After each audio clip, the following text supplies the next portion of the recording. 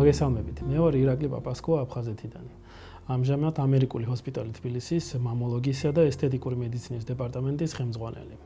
ჩემთვის აფხაზეთი არის ბედნიერებაც და ტკივილიც, იმიტომ რომ 15 წლის ასაკში ომის გამო მშობლებთან ერთად მომიწია გადასახლება რუსეთის ფედერაციაში. ჩემთვის ბავშვობიდან თეთრი ხალათი იყო რაღაცნაირი კულტი. ყოველთვის მინდოდა ექიმობა და რაც უფრო ბევრი დრო გადის და რაც უფრო ბევრ ბედნიერ სახეს და გამკურნალ პაციენტს ხედა, უფრო მეტად მიყვარდება ჩემი პროფესია. მართალი გითხრათ, პირველი ჩემი პაციენტი იყო 8 წლის ასაკში, როცა ეზოში დავინახებ თამოტეხილი ჩიტი. რამოდენიმე დღე უმკურნალე, მაგრამ სამწუხაროდ ვერ გადავარჩინე.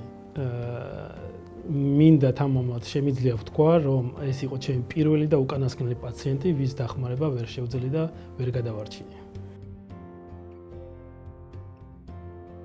ყველაზე დიდი გამოწვევა არის ალბათ ის, რომ იძულებით იმყოფები ემიგრაციაში.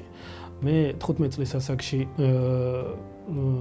გადავსახლდი რუსეთში, იქ მივიღე განათლება, დავამთავრე სამედიცინო უნივერსიტეტი და რა თქმა უნდა მივიღე ძალიან დიდი გამოცდილება, იმიტომ რომ რამოდენიმე სხვადასხვა განყოფილებების სხვადასხვა საავადმყოფოების ფლებოლოგიის და ონკომამოლოგიის დეპარტამენტის ხელმძღვანელად მუშაობდი. მიუხედავად იმისა, რომ ეს 22 წელი ვიმყოფებოდი რუსეთში, მაგრამ ყოველთვის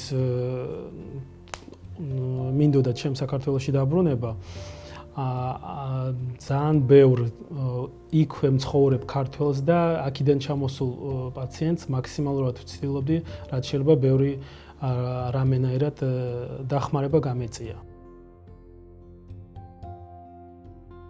2015 წლიდან ჩავატარე 500-ზე მეტი უფასო ოპერაცია დევნილებისთვის.